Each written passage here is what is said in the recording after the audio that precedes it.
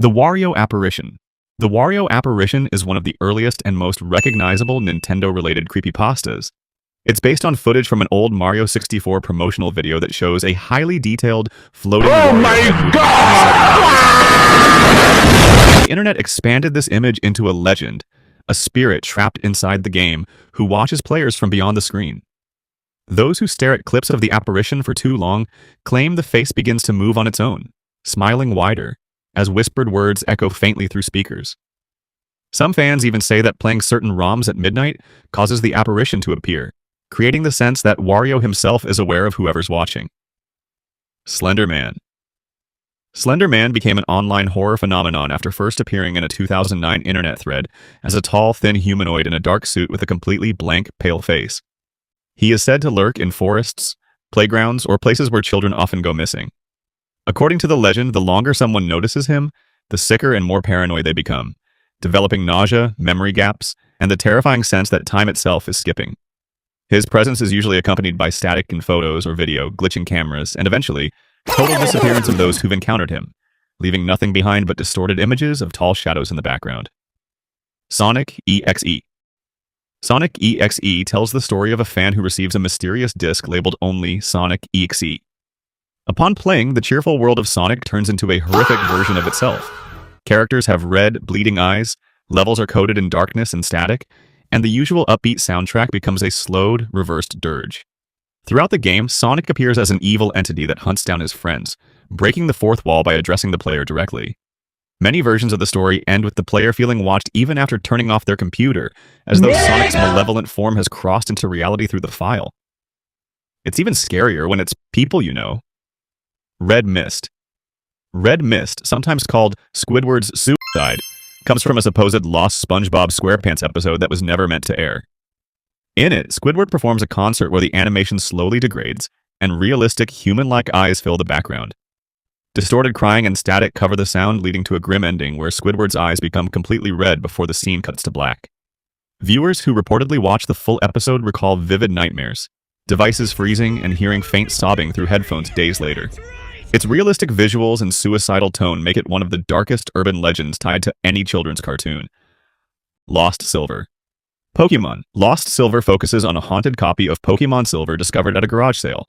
When loaded, the game already has a save file named ... and a team made up of ghost and missing no type creatures. As the player moves forward, the character loses arms, legs, and finally the face, reflected directly in the in-game sprite. The Pokédex entries become morbid, showing personal messages that imply the trainer has already died. Those who finish the game often claim their Game Boy camera activates on its own, or that unexplained screenshots appear on their computers, suggesting the spirit within the cartridge tries to step into the real world. Poor guy just wanted to catch 'em all. Herobrine. Herobrine is a legend that has circulated in the Minecraft community for years. He looks identical to the default player character Steve, but his eyes glow pure white. Players describe him silently staring from a distance, building complex structures, digging tunnels, and leaving behind mysterious symbols or pyramids. Even though Mojang has denied his existence, each update note jokingly says, "Removed Herobrine," which only fuels the myth that he's still hidden inside the code. Those who claim to encounter him report corrupted save files, supernatural glitches, and the uneasy impression that he continues to follow them from one world to the next no matter how many times they restart. NES Godzilla. NES Godzilla comes from the story of a player who finds a copy of the old NES Godzilla game that behaves unnaturally. At first, the game plays normally, but as they progress, the level graphics melt, monsters become horrifying new forms, and disturbing sounds replace the usual chiptune music. The game introduces new creatures that seem to communicate directly with the player, sometimes spelling messages through in-game objects. Each new monster fight leaves the player feeling weaker and more unsettled, as though the cartridge isn't just haunted but actually alive, eroding pieces of their mind with each session. Petscop. Petscop is a unique case because it began as a YouTube series showing supposed footage of an unreleased PlayStation game. The player explores bright, toy-like environments at first, but eventually discovers secret rooms filled with messages and strange references to real-life child disappearances. The way the series is presented makes it unclear whether it's fiction or documentary, leading viewers to investigate every hidden clue. The deeper the player goes in the fictional world, the more the game seems to know about them, hinting that the Petscop program isn't meant to be played, but rather to watch and record whoever interacts with it. Lavender Town Syndrome. Lavender Town Syndrome is a long-standing myth tied to the Pokemon Red and Green versions released in Japan.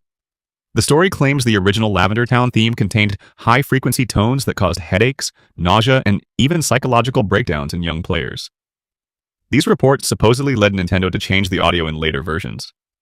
Whether true or not, the creepy minor key melody and the setting, a ghost-filled tower where players mourn their Pokemon, helped spread the rumor.